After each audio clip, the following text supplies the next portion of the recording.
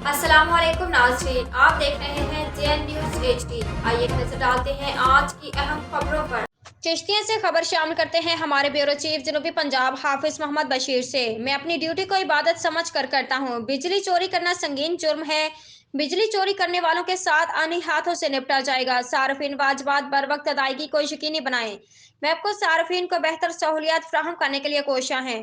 Chishtiya action वापडा sub division ने सहाफियों से गुफ्तगू करते हुए कहा कि बिजली चोरी एक संगीन जुर्म है। बिजली चोरों से कोई राहत नहीं बरती जाएगी, आनी हाथों से निपटा जाएगा।